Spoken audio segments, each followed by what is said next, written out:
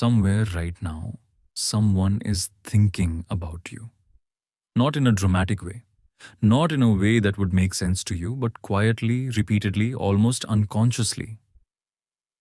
They replay something small, a sentence you said without emphasis, a look you gave without intention, a moment that passed through your life like nothing, but stayed behind in theirs. And the strange part is this: you probably believe no one notices you like that. You move through your days assuming you are ordinary, replaceable, one more face in a crowded world. You speak when necessary. You listen more than you talk. You don't force attention, you don't demand reactions. And because no one stops you to say, you matter, you begin to believe that maybe you don't. But that belief is built on a misunderstanding, because attention is not always loud. We are taught, explicitly and implicitly, that if someone cares, they will show it. That interest announces itself through compliments, confidence, pursuit, that if something is important, it will be obvious. But the human mind doesn't work that way. The things we value most are rarely approached recklessly.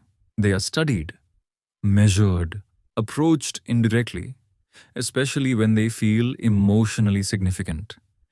Think about how people behave around what intimidates them, not through fear but through meaning. They become cautious, they hesitate, they adjust themselves, not because they don't want it, but because they do. This is where the illusion begins. When people don't approach you, don't declare interest, don't move openly toward you, you assume it means you made no impact, that you faded into the background. But often, the opposite is true. Sometimes people stay silent because you made an impact, because something about you disrupted their internal balance, because your presence didn't fit neatly into their expectations. Psychologist Carl Jung believed that much of human behavior is driven not by what we consciously choose, but by what we unconsciously respond to. When something inside us is stirred but not understood, we don't act, we withdraw. And withdrawal is easy to misread. You interpret it as disinterest. They experience it as restraint. You think you were ignored. They think they were protecting themselves. This is the quiet paradox of presence. Some people move through life demanding to be seen. Others are seen precisely because they don't demand it. Their calm creates contrast. Their silence creates space. Their lack of performance invites projection. And projection is powerful. People begin filling in the blanks around you. They imagine depth. They imagine strength. They imagine intention, where there may simply be composure. You feel ordinary because you live inside yourself. They experience you as unknown, and unknown things attract meaning.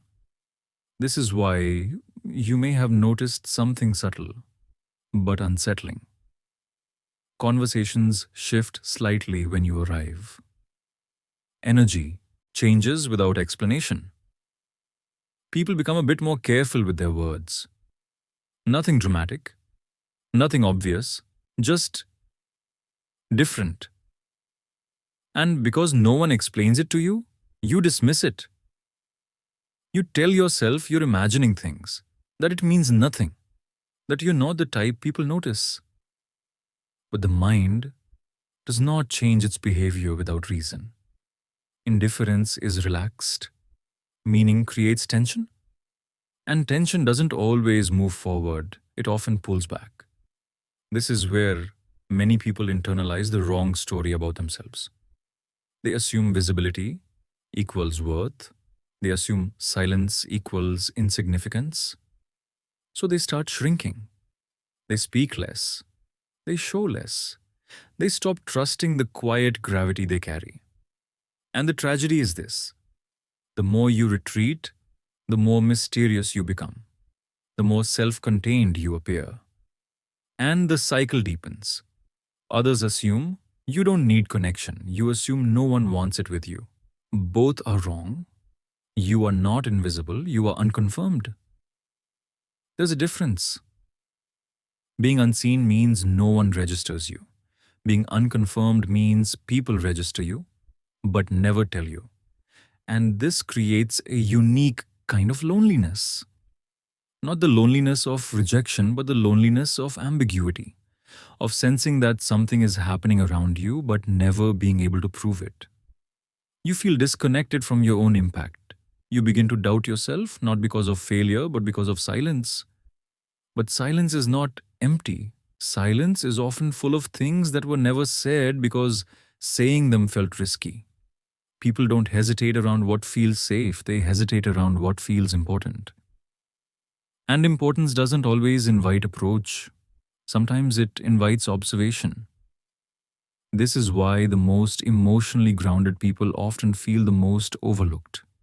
Their steadiness is mistaken for distance, their restraint is mistaken for lack. But what others feel around you isn't lack. It's weight, not heavy, but meaningful. And meaning slows people down. So before you decide you are forgettable, consider this. What if the reason no one rushed toward you is not because you lacked value, but because you carried it quietly? What if your presence didn't invite performance but reflection? What if people didn't know how to approach you without exposing something in themselves? The world rewards noise, but the nervous system responds to depth, and depth doesn't shout, it waits.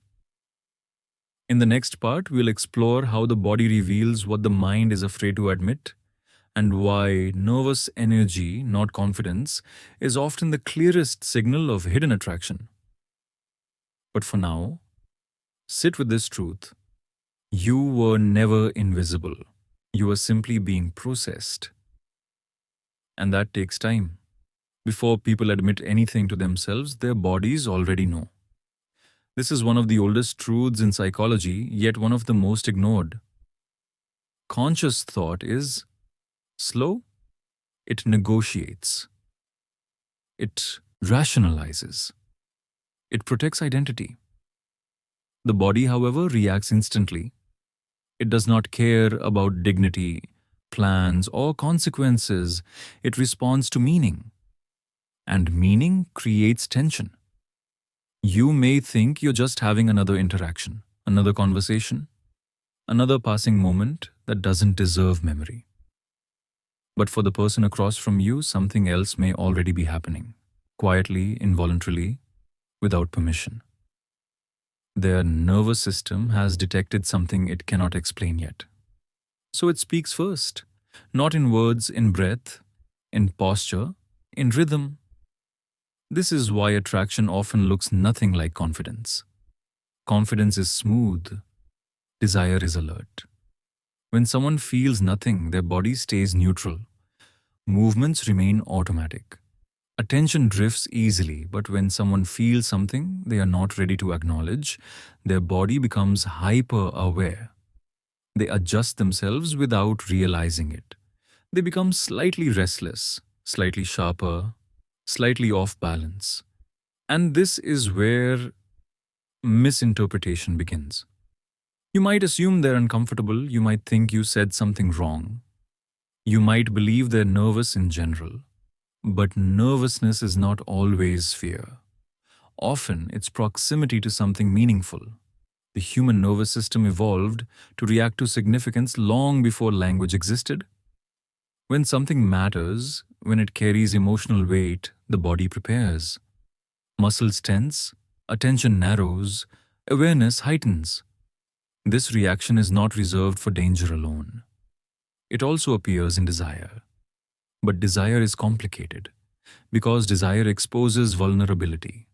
To want something is to risk loss, to feel drawn is to risk rejection, to be affected is to lose control. So when someone feels drawn to you but doesn't feel safe expressing it, their mind intervenes. It suppresses, it reframes, it delays. But the body does not fully comply. It leaks. You see it in small contradictions. They laugh. faster than usual, or slower as if measuring themselves. They fidget with objects, adjust clothing unnecessarily, shift posture when you speak. Their voice changes slightly, higher, softer, more careful. These are not accidents, they are signs of internal negotiation. Part of them wants to move closer, another part wants to stay protected. This creates tension, and tension creates inconsistency. One moment they seem warm and open, the next, distant and neutral. This isn't manipulation, it's regulation. They are trying to manage a feeling that arrived before they were ready to host it. Carl Jung referred to this as the shadow, the part of the psyche where unexpressed desires live. When something remains in the shadow, it does not disappear. It manifests indirectly through behavior, through tone, through timing. This is why people sometimes appear most out of character around the ones they care about most. Their usual scripts stop working. The mask slips and the body compensates. You might notice that someone who is normally composed becomes slightly clumsy around you. Someone articulates stumbles over simple phrases. Someone emotionally guarded suddenly reveals something small, then retreats immediately. Not because they regret it, but because they revealed more than intended.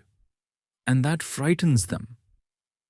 Attraction doesn't just pull us toward another person, it pulls us toward parts of ourselves we don't fully understand yet.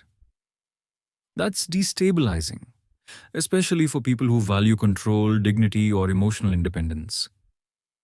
So instead of admitting what they feel, they manage symptoms.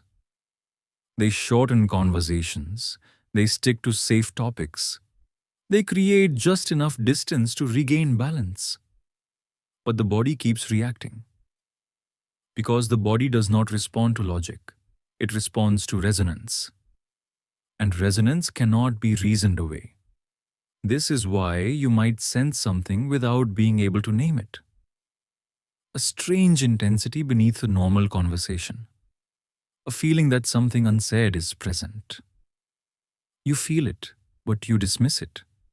Because you've been taught that if something were real, it would be obvious. But the most real things are often the most restrained.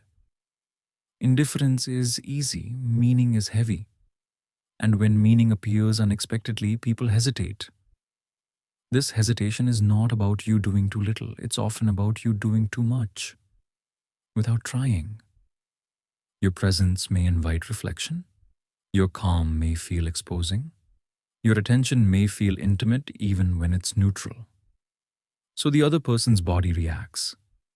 They become alert around you in a way they are not around others. And if you're perceptive, if you notice micro shifts, you sense it. But because no one explains it to you, you question yourself. You tell yourself it's nothing, that you're projecting, that you're reading too much into things. But perception is not imagination. The nervous system does not activate around what is irrelevant. If someone's baseline behavior changes in your presence, it means something has shifted internally. They may not call it attraction yet. They may not even recognize it. But the body already knows. This is why attraction is often invisible to the person who causes it. You don't see the internal reactions you trigger. You only see the external restraint. And restraint looks like absence if you don't know how to read it. But now you do. In the next part, we'll explore how desire reorganizes behavior over time. How people quietly adjust their lives, routines, and attention around what they haven't yet dared to claim. Because attraction doesn't always move forward directly, sometimes it circles. Attraction rarely arrives as a confession. More often, it appears as movement, not toward you directly, but around you. People reorganize their lives long before they reorganize their courage. Before someone admits desire, before they even name it internally, something subtler begins to happen. Their attention shifts, their routines adjust, Their environment bends slightly in your direction, not dramatically, not obviously, but consistently. And consistency is never accidental. You begin to notice familiar presences where there used to be none. Someone appears more often in the places you already occupy, not beside you, not demanding anything, just nearby, close enough to feel your presence, far enough to retreat if needed. This is not pursuit in the traditional sense, it is orientation. Human beings move toward what matters to them the way planets move toward gravity, slowly, predictably, without announcing intention, especially when moving too fast would risk emotional exposure. Psychology refers to this as strategic proximity, but it's rarely conscious strategy.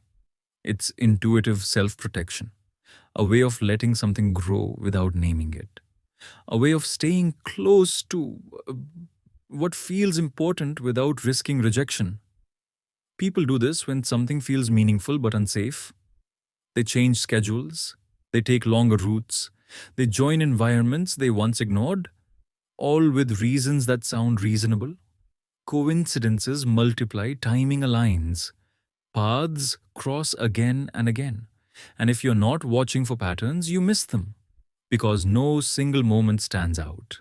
But taken together, they form a shape. Chance happens once. Patterns repeat, and repetition reveals desire long before language does. But proximity alone isn't enough. Over time, something else deepens. Conversation shifts, not louder, not flirtier, deeper. Questions begin to probe beneath surface identity. Not invasive questions, thoughtful ones, questions that seem casual but land heavily. Questions about your past, your values, your disappointments, not asked out of curiosity but out of orientation. Because when someone is drawn to you, they don't just want your attention, they want to understand the structure beneath your calm, the architecture of who you are. They are mapping you, not to control you, but to locate you emotionally. They want to know what shaped you, what you protect, what you avoid, not so they can judge, but so they can place you within their internal world. This is emotional investment disguised as conversation. And it goes unnoticed by most people because we are taught to look for grand gestures, declarations, certainty. But desire under restraint does not declare. It studies. Carl Jung believed that we unconsciously seek archetypes in others, not people but patterns. When someone asks deeper questions, they are unconsciously trying to understand which role you occupy in their psyche. Are you safety, challenge, stability, transformation? They are not just listening to what you say, they are watching how you say it. Do you deflect pain with humor? Do you pause before answering difficult questions? Do you speak honestly even when it costs you polish? Each response adds dimension. And when someone remembers these details, when they recall things you barely remember sharing, it's not because they are attentive by nature. It's because you were emotionally encoded. The brain does not remember everything. It remembers what matters. So when someone remembers your doubts, your contradictions, your quiet admissions, it's because you became meaningful. And still, nothing is said because here lies the final paradox. The more someone values you, the more they risk by admitting it. Rejection is survivable when stakes are low. It becomes terrifying when admiration is deep. To be drawn to you is to risk losing not just the possibility, but the image they've built internally. And that image matters to them. So silence persists, not from lack of desire, but from its weight. This is why the people most admired often feel the most isolated. Their calm is mistaken for distance, their depth is mistaken for unavailability. Others assume you don't need anyone. You assume no one wants you. Both assumptions are wrong. You were not avoided because you were unworthy. You were approached carefully because you were significant. And significance slows people down. It makes them cautious. It makes them wait. They wait for signs. They wait for safety. They wait for permission. And while they wait, they hope. Hope that you'll notice the patterns. Hope that you'll see the effort hidden in subtlety. Hope that you'll make the first move, not with dominance, but with clarity. Because often the other person has already been brave. They showed up. They remembered. They stayed near. They just couldn't speak yet. So, what do you do with this awareness? Not arrogance, not manipulation, not sudden boldness meant to win. The answer is presence, attention without pressure, warmth without demand, curiosity without intrusion. Sometimes the most powerful signal you can send is safety, a look that doesn't rush, a question that listens, a response that invites rather than deflects. Because the thing standing between connection and silence is rarely desire. It's fear. Fear of misreading, fear of rejection, fear of vulnerability, and fear dissolves in safety. You don't need to force anything. Just make it possible. Because sometimes the bravest thing someone can do is quietly hope you'll notice. And sometimes the bravest thing you can do is finally see what's been there all along. You were never invisible. You were admired quietly, processed slowly, held carefully in someone else's inner world. And now, you understand the language.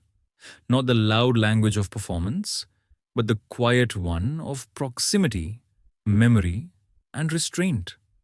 And once you see it, you can no longer unsee it. Not because it gives you power over others, but because it gives you clarity about yourself. You were never lacking. You were simply surrounded by people who didn't know how to approach what mattered to them. And now maybe they won't have to wait forever.